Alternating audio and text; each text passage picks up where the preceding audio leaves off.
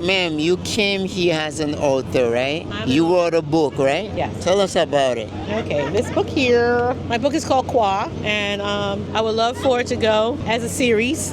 I'm trying to get somebody out there, a producer. Here's my pitch sale. I would love for someone, Paramount, buy this book. Let's make a movie. Let's make it work. This is a beautiful movie about three angels, African angels, and God has sent them down to heal slaves, North America, during the slavery era. They're invisible to humans. Again, they're immortal, but they are invisible to mortals. There is a evil slave that can see them, and he decides to kidnap one of them in exchange of getting freedom from his master. So when he kidnaps one of the three sisters, they disobey everything God tells them, and they go all the way down here to hell to rescue their sister. So it's called Qua. What inspired you to write this book? Well, I had three friends, my sister and two of my friends over at the house, and I just kept looking at them and said something about these three women. I told them to dress up with sheets that I had from the thrift store, and they looked like princess, African queens. So I developed a story from there. How long it took you to write that book? About 6 months. How much it cost you to write it? They have different programs. I'm with a publisher called It's Libris, and they have packages you can buy. I brought one of their packages, and it guaranteed me to get exposed on Amazon,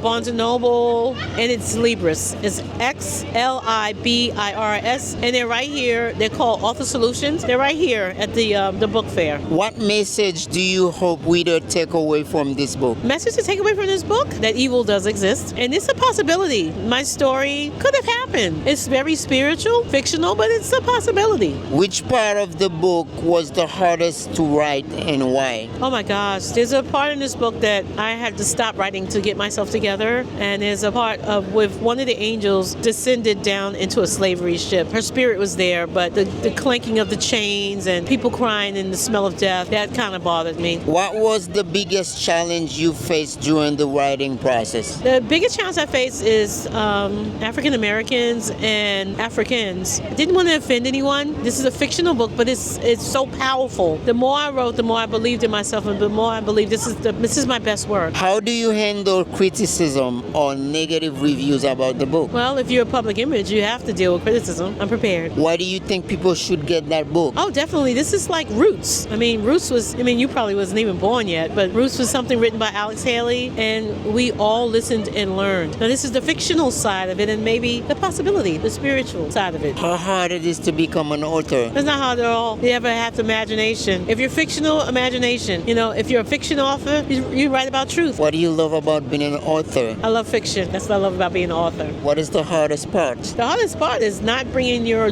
ideas on paper correctly. I had a silly task. I had to describe somebody smoking a cigar. I don't smoke cigars. So my husband said, this is how you smoke a cigar. So you have to write it the way you see it. How can someone become an author or publish their book? There's lots of seminars that you can go to. Again, mine was Author Solution. Excellent. I've written all 5 of my books with them. A person can't actually teach you how to write. They can just teach you how to format. If you're a creative writer, the stories come from you. Yep. What are you waiting to happen, or what do you expect from this book? I would love to see it on screen. I would like to see it on screen. I'd like to see a series on screen. I've already written the first 4 episodes is already screen written. Have you published it on Amazon, anywhere else? Amazon, Barnes & Noble, and Libris, and they have Good Books. I think it's a site called Good Books, Goodreads. I've seen my book everywhere. How much it cost? $30. Amazon has their own prices. Yeah, the hardcover is a little over $50, and we have the audibles that you can read at I think $3.99, $2.99. Amazon has all the prices. Who is this book for? It's for me.